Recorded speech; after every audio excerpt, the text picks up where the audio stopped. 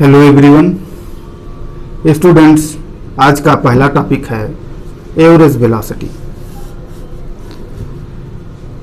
Average velocity is defined as the ratio of displacement to the time interval. Therefore average velocity equal to displacement upon time interval. ये तो basic definition है average velocity की। Average velocity vector quantity है, इसकी direction displacement की direction में होती है। अब अगर डिस्प्लेसमेंट पॉजिटिव डायरेक्शन में है तो एवरेज वेलोसिटी भी पॉजिटिव डायरेक्शन में होगी, और अगर डिस्प्लेसमेंट नेगेटिव डायरेक्शन में है तो एवरेज वेलोसिटी भी नेगेटिव डायरेक्शन में होगी। आइए स्टूडेंट्स इस पर एक एग्जांपल देखते हैं। एग्जाम्पल है, ये particle starts their motion at t1 equal to 0 second from the position x1 equal to -40 metre and become finally at the position x2 equal to +50 metre at the time t2 equal to 10 second. Find the average velocity of the particle. अब आपको ये बताया गया है कि particle अब motion को start करता है -40 मीटर की पोजीशन से और फाइनली वो पहुंचता है +50 मीटर की पोजीशन पर। तो आपको सबसे पहले डिस्प्लेसमेंट फाइंड करना होगा। तो displacement equal to final X position coordinate minus initial X position coordinate. Displacement equal to x2 minus x1. x2 is given +50 meter minus x1 is given -40 metre. इसे सिंप्लीफाई करते हैं तो यह आ रहा है +90 मीटर। डिस्प्लेसमेंट आपका पॉजिटिव आ रहा है, इसका मीनिंग ये हुआ कि आपका डिस्प्लेसमेंट पॉजिटिव x डायरेक्शन में होगा और कितना होगा, 90 मीटर होगा। हमें तो एवरेज वेलोसिटी फाइंड करना है, तो उसके लिए हमें टाइम इंटरवल की भी जरूरत पड़ेगी। Time interval delta T equal to final time minus initial time t2 minus t1, और t2 इज गिवन 10 सेकेंड और t1 इज गिवन 0 सेकेंड। तो यहां से time interval delta T equal to 10 second आ रहा है।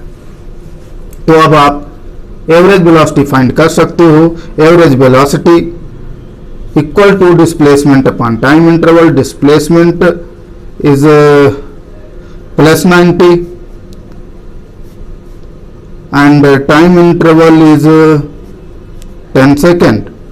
तो यहाँ से आपको जो एवरेज वेलोसिटी मिल रही है वो है +9 मीटर पर सेकेंड। तो इस तरीके से आप एवरेज वेलोसिटी को फाइंड कर सकते हो। यहाँ पर एवरेज वेलोसिटी पॉजिटिव आ रही है, इसका मीनिंग ये हुआ कि एवरेज वेलोसिटी की डायरेक्शन पॉजिटिव डायरेक्शन में होगा, जो डिस्प्लेसमेंट का भी डायरेक्शन है। नेक्स्ट टॉपिक लेते हैं। नेक्स्ट टॉपिक है एवरेज स्पीड। एवरेज स्पीड कैसे डिफाइन किया गया? Average speed is the ratio of distance travelled to the time interval. तो इस तरीके से आप एवरेज स्पीड को डिफाइन कर सकते हो। स्टूडेंट्स, आपको ध्यान रखना है कि एवरेज स्पीड स्केलर क्वांटिटी है, इसमें सिर्फ और सिर्फ मैग्नीट्यूड होता है।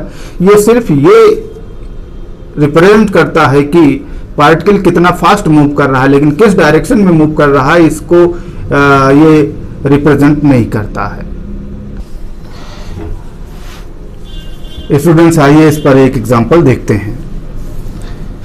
ये particle starts their motion from position capital A x1 equal to -40 metre and move to position capital B x2 equal to -20 metre in time interval of 2 second.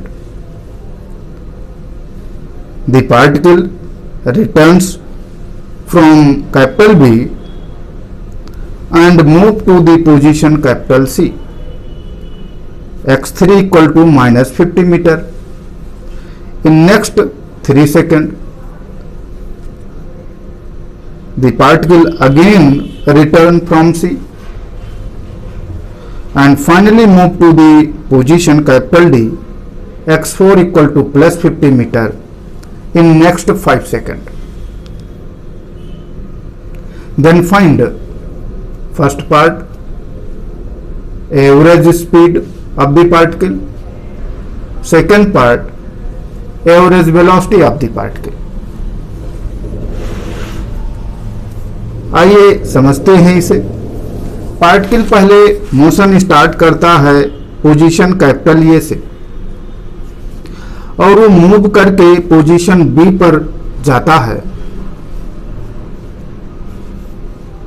ये का पोजीशन कोऑर्डिनेट बताया गया है। ये का पोजीशन कोऑर्डिनेट है -40 metre और B का पोजीशन कोऑर्डिनेट है -20 मीटर और ये से बी तक जाने में पार्टिकल को जो टाइम लगता है वो 2 सेकंड है। फिर बी से वो रिटर्न होकर फिर पोजीशन सी पर जाता है। सी का पोजीशन कोऑर्डिनेट भी बताया गया है, वो है -50 मीटर और बी से सी तक जाने में जो उसे टाइम लगता है वो 3 सेकंड का लगता है। फिर सी से पार्टिकल रिटर्न होता है और वो फिर से पोजीशन डी पर फाइनली पहुंचता है और पोजीशन डी का जो कोऑर्डिनेट है x coordinate x4 equal to यह है +50 मीटर। सी से डी तक जाने में उसे 5 सेकंड का टाइम लगता है। अब इस क्वेश्चन में ये गिवन है कि पार्टिकल पोजीशन ए से अपने मोशन को स्टार्ट करता है और फाइनली पोजीशन डी पर वो जाता है, लेकिन इस ड्यूरिंग वो 2 बार रिटर्न होता है, एक पोजीशन बी से और एक पोजीशन सी से। तो ऐसे में डिस्टेंस ट्रेवल्ड फाइंड करने के लिए आपको टोटल पाथ लेंथ फाइंड करना होगा और टोटल पाथ को आप 3 पार्ट्स में डिवाइड करोगे, एक ए बी, एक बी सी और एक सी डी। तो टोटल जो डिस्टेंस ट्रेवल्ड होगा वो इक्वल होगा A B plus B C plus C D के। अब जो ए बी सेगमेंट का जो लेंथ होगा वो कैसे फाइंड होगा, तो इसके लिए आपको ए और बी के पोजीशन कोऑर्डिनेट गिवन है। बी का पोजीशन कोऑर्डिनेट हमने x2 कहा है तो x2 माइनस x1 का मॉड करेंगे, ए बी फाइंड हो जाएगा। ऐसे बी सी सेगमेंट की लेंथ फाइंड करने के लिए बी और सी के कोऑर्डिनेट गिवन है। बी का कोऑर्डिनेट x2, सी का कोऑर्डिनेट x3 है, तो इसे फाइंड करने के लिए x3 माइनस x2 का मॉड करेंगे प्लस ऐसे सी डी का भी लेंथ फाइंड करने के लिए सी डी के पोजीशन कोऑर्डिनेट में से सी के पोजीशन कोऑर्डिनेट को सब्ट्रैक्ट करेंगे। डी का पोजीशन कोऑर्डिनेट x4 है और सी का पोजीशन कोऑर्डिनेट x3 है, तो ये आएगा mod of x4 minus x3।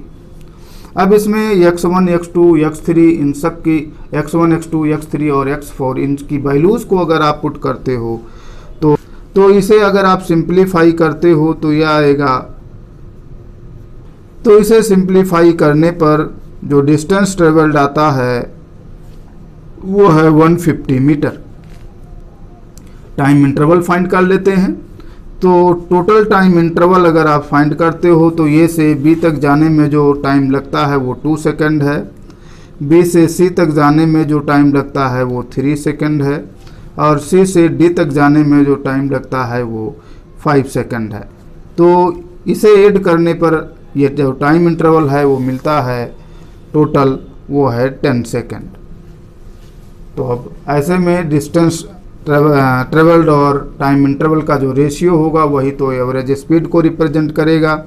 तो एवरेज स्पीड जो आएगी वो आ रही है distance travelled is 150 metre upon time interval is 10 second. तो यहाँ से 15 मीटर पर सेकेंड आ रही है। जो एवरेज स्पीड होगी वो 15 मीटर पर सेकेंड होगी। तो ये था फर्स्ट पार्ट। नेक्स्ट पार्ट में आप देखें तो नेक्स्ट पार्ट में ये कहा गया है कि एवरेज वेलोसिटी क्या होगी, और इनिशियल पोजीशन कोऑर्डिनेट बताया गया है। पोजीशन ये से स्टार्ट करता है पार्टिकल और पोजीशन कोऑर्डिनेट है -40 मीटर, और फाइनली वो डी पर पहुंचता है और उसका पोजीशन कोऑर्डिनेट है +50 मीटर। तो हमें यहाँ डिस्प्लेसमेंट फाइंड करना होगा। तो फिर तो डिस्प्लेसमेंट इक्वल टू जो है final position x coordinate minus initial position x coordinate. Final position x coordinate is x4 and initial position x coordinate is x7। तो यहाँ से आपको डिस्प्लेसमेंट मिलेगा x4 माइनस x7। x4 का पोजीशन कोऑर्डिनेट x4 की जो वैल्यू है वो +50 है और x7 है -40 मीटर। तो इसे सिंप्लीफाई करने पर ये टोटल आ रहा है +90 मीटर। तो डिस्प्लेसमेंट जो होगा वो +90 मीटर होगा। अब टाइम इंटरवल फाइंड कर लेते हैं। टाइम इंटरवल ये से बी तक जाने में जो टाइम लगता है वो तो है 2 सेकेंड, और बी से सी तक जाने में जो टाइम लग रहा है वो है 3 सेकेंड, और सी से डी तक जाने में जो टाइम लेता है वो है 5 second. Total time interval find करने पर ये आ रहा है 10 सेकेंड। तो टोटल टाइम टेकन वही होगा जो पहले था 10 सेकेंड।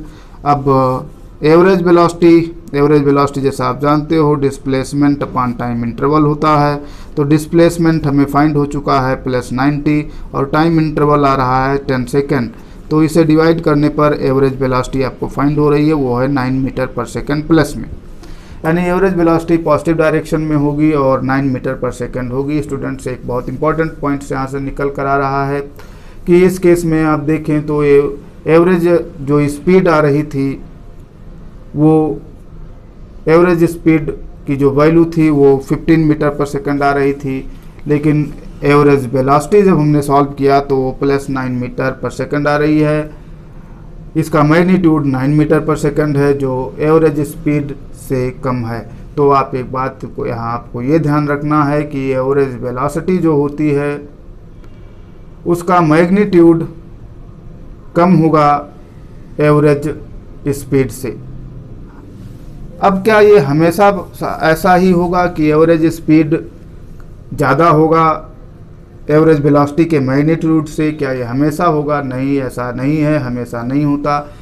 इस केस में आप ध्यान दें तो इस केस में पार्टिकल 2 बार रिटर्न हुआ है, और जब भी पार्टिकल रिटर्न होता है यानी वो अपने पाथ को रिट्रेस करता है तो ऐसे सिचुएशन में एवरेज वेलोसिटी का मैग्नीट्यूड एवरेज स्पीड से कम हो जाता है। लेकिन अगर पार्टिकल अपने पाथ को रिट्रेस नहीं कर रहा है, रिटर्न नहीं होता है, वो स्ट्रेट वे में सीधे मूव करते हुए अगर जाता है इनिशियल से फाइनल पोजीशन तक, तो ऐसे सिचुएशन में एवरेज वेलोसिटी का मैग्नीट्यूड जो होगा वो एवरेज स्पीड के इक्वल हो जाएगा।